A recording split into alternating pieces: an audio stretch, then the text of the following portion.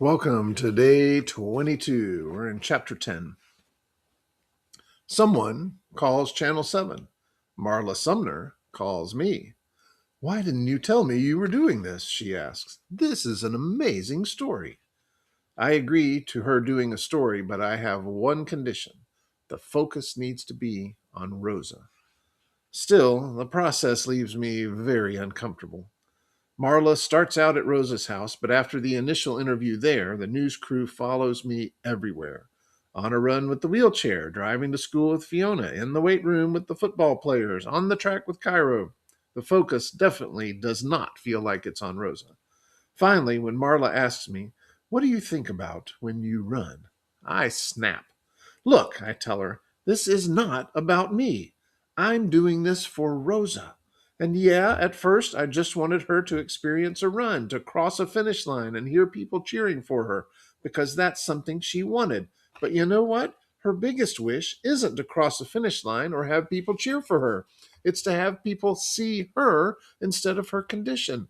That's all anybody with a disability wants. Don't sum up the person based on what you see or what you don't understand. Get to know them."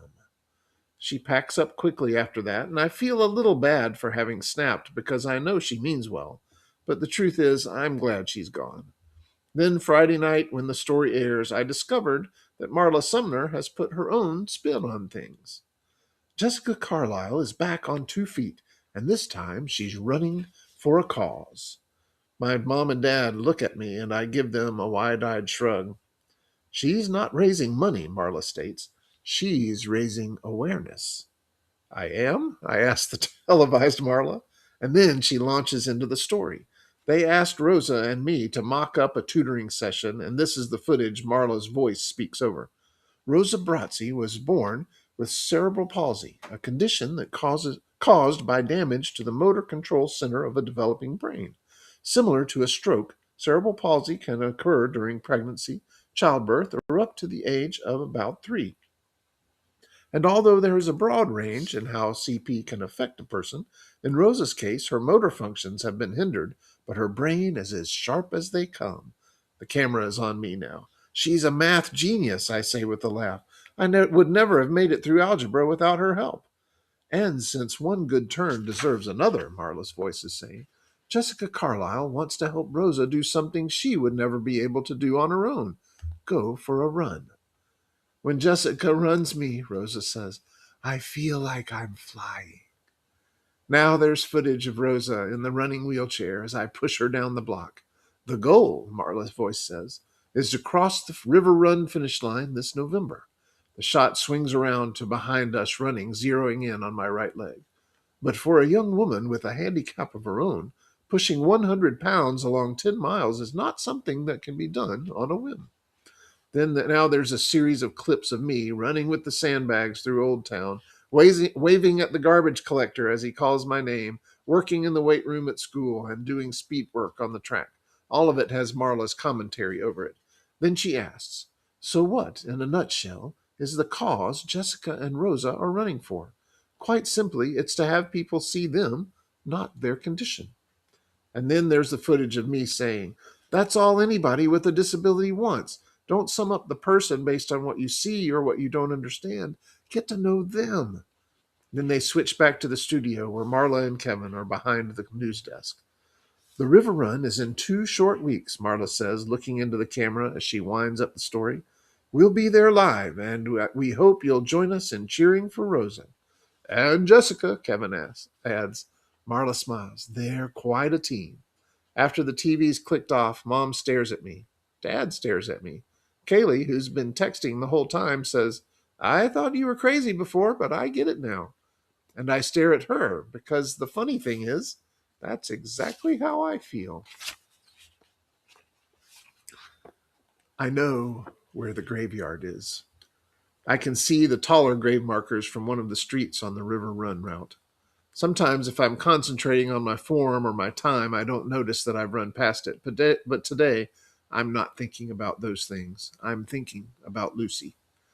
I turn off the main street and find the graveyard entrance. It's Sunday mid morning, and the air is still cool and crisp. but the bordering trees have left a carpet of leaves beneath them, reds, browns, yellows. They give the grounds a warm, cozy look.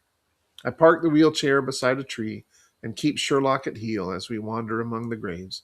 It takes me some time, but I find her. Lucy Sanders, our angel. Hi, Lucy, I begin. It's me, Jessica. But I've never spoken to a grave before. I don't know what to say. I don't know how. I'm so sorry, I choke out, but that's as far as I get before I start crying. I feel bad that she's gone. I feel overwhelmed. I feel guilt.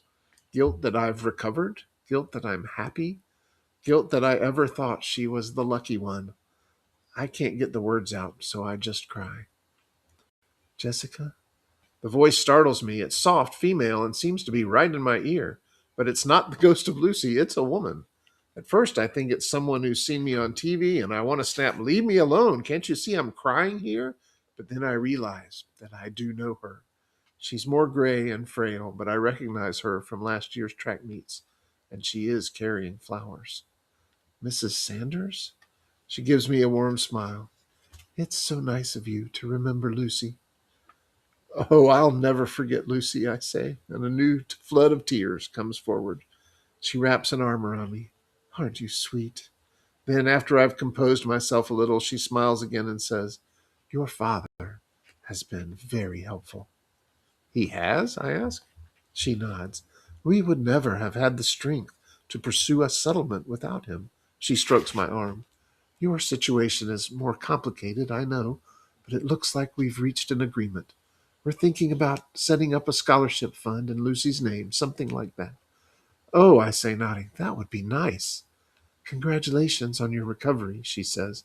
"I see you on the news a lot." "Thanks," I say softly. After a few more pleasantries, I leave so she can deliver the flowers she's brought and talk to her daughter in peace. This is getting me in the feels here. School seems almost easy this year. Not having math helps, but I think that anything would feel easy compared to last year. There's no work to make up. I just have to keep up. Plus, now that I'm walking on my new leg, people really do seem to forget that there's something different about me. I'm still very aware of it, but other people treat me like I'm normal. The big exception is Meryl. I'm in two classes with her, and she always gives me the evil eye from afar. I try to ignore her, but it's a little unnerving to have someone stare at you that hard for that long. She's on her third boyfriend since Gavin, so I don't know what her problem is with me. But today she actually comes up to me. "He's only going out with you because he feels sorry for you," she whispers as she invades my personal space on the classroom ramp. "You're like his community service project." I'm stunned, and the truth is, her comments cut deep. I have no zingers to fire back. I just watch as she hurries away. Later, when I tell Fiona about it, she grabs me by the arm and says, "Do not even for a second believe that. She's just shallow and insanely jealous, not to mention cruel." I hear her words, but Meryl's voice still echoes in my head. Finally, I break down and tell Gavin, who's sweet and comforting and assures me that there's absolutely no truth to it. Still, it's disturbing how fast weeds take root in my garden of worthiness. They're so hard to pull and grow back so easily. It's Thursday, 3 days before the river run. According to Cairo's workout schedule, I'm supposed to be tapering, doing easier, shorter runs, but I'm starting to panic. I just don't feel ready. After school, Cairo sends the cross country runners off through the back hills, so I stay on the track alone. "How are you feeling?" he asks me as I'm stretching out after some warm up laps. "You ready for the big day?" "No," I confess. "Actually, I'm worried that I'm going to let everyone down. I can do the 10 miles, but the farthest I've pushed 100 pounds is 5, and 5 was hard." "You'll be fine," he assures me. "I'm not saying it'll be easy, but race day magic will carry you through." I shake my head. "Race day magic?" "You'll see. And the whole team will be out at the water stations. They'll keep you moving and get you anything you need." I shake out my arms. I know it's from nervous energy because it's what I used to do before getting down on the blocks for a 400-meter race. I shake them out some more. In 3 days, I'll be facing over 16,000 meters. Suddenly, rigor mortis bend doesn't seem so daunting. It's as though Cairo can read my mind. You need to unload some of that nervous energy. Why don't you take a lap? So I start down the straightaway. I'm the only runner on the track. And after the first 100 meters, I find a rhythm. I don't push, I just glide. It's taken some time, but I've gotten used to the sound from my running foot and the way it's paired with the quieter swish of my natural foot. Wing, whoosh, wing, whoosh. The cadence of it is pleasant to me now, and this spin around the track feels easy, heavenly. I join Cairo at our unofficial start and re enter the real world. Watch your arms, he says. They're crossing over. I laugh. You are such a coach. I was just cruising. He eyes me, and it seems like he wants to say something, but he's holding back. Finally, he says, well, don't forget your form. Bad habits are easy to find and hard to break. I scoff. You okay? No, wait. You laugh? Okay, well, give me a real one this time. You're serious? I ask. Sure. He draws a line in the dirt with his heel. Let me see some good form. He's being silly, but he's my coach, and since the last lap around the track felt so good, I take a few minutes to fully recover, then step up to the line. Runners, take your mark, I announce, doing a friendly little mock of him. Set, pow. Wing, whoosh, wing, whoosh. I start down the stretch, my arms pumping. Good form, smooth form, glide, glide, I say inside my head. My breathing's easy, my rhythm's good. I push, pump, focus. Wing, whoosh, wing, whoosh. My peripheral vision vanishes. It's all tunnel vision now. Wing, whoosh, wing, whoosh. My hands open as I pump up my arms. They slice the air, open a channel for me, cut me through space. Wing, whoosh. I keep in form and push toward the second curve. Wing, whoosh. I approach rigor mortis bend and push through it. My legs burn, but there's still power in them. Lots of power. Wing, whoosh. I sprint for the finish line, keeping my arms pumping straight and my legs in line. And just for show, I cross with a little lean forward. I wind down, then trot back to Cairo. So, I ask, any bad habits we need to break? He, his head shakes slightly from side to side, but he's looking at me funny, and his dark skin seems pale. You okay? I ask. You're not even breathing hard, he says quietly. I notice he's right. I've already largely recovered. Well, I laugh, it's not like it was a race or anything. Exactly, he says. No blocks, no competition. He produces a stopwatch from inside his windbreaker pocket. The Lucy bracelet is still around his wrist, faded and frayed, but still there. You clocked me? After that first lap, I was curious. You seemed really strong. I'd better be strong, I say with a laugh. I've got to push 100 pounds 10 miles on Sunday. Well, all that training has made you really strong. He holds the watch out toward me, demanding that I look. You just ran a 60.2 without even trying. I blink at the digits.